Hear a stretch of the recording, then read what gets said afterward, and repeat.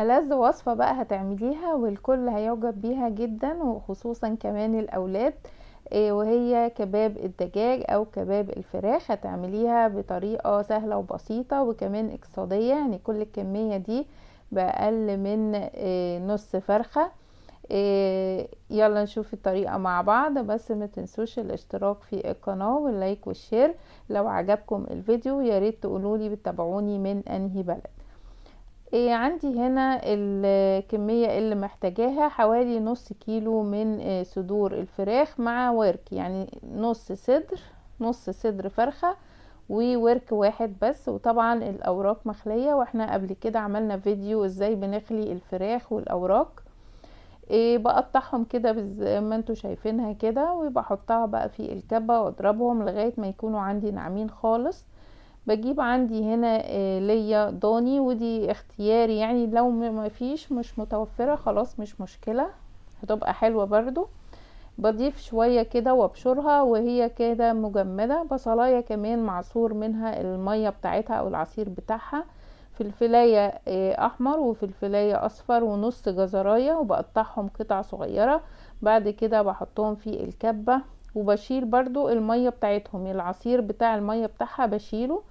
بضيف برضو كمان هنا بيضة وملح وفلفل بابريكا وتوم باودر بصل باودر. وببتدي اقلب عندي هنا الخليط. عندي هنا دي المية اللي طلعت من الخضار. هبتدي بقى اشكله بالشكل اللي انتوا شايفينه كده، مستطيل كده شوية. وببتدي اعمل فتحات كده فيه بالمعلقة او شوكة او سكينة زي الشكل اللي انتوا شايفينه كده. ببل ايديا الاول بالعصير اللي انا كنت مجهزاه، وببتدي اشكل بالشكل ده، واحطه بقى في صينية مدهونة بالسمنة. وجهز عندي هنا معلقة من الكاتشب، معلقة من الباربيكيو، ومعلقة صغيرة من العسل الابيض. ببتدي ادهن بيها الصينية. هو عملوا معايا 8 قطع، بس دول هنا موجود 6، وفي صينية تانية صغيرة عمل 2. هحطها على البوتاجاز الاول حوالي 5 دقايق او 10 دقايق، بحيث انها تتشمع من تحت وما تنزلش المية بتاعتها. تكون النار عليها متوسطة او عالية، ما تبقاش واطية عشان ما تنزلش المية بتاعتها. بعد كده بقى بحطها في الفرن.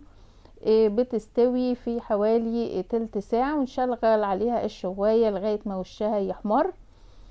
عندي هنا جهزت، ما خدتش وقت خالص، وطلعوا معايا 8 قطع كبار.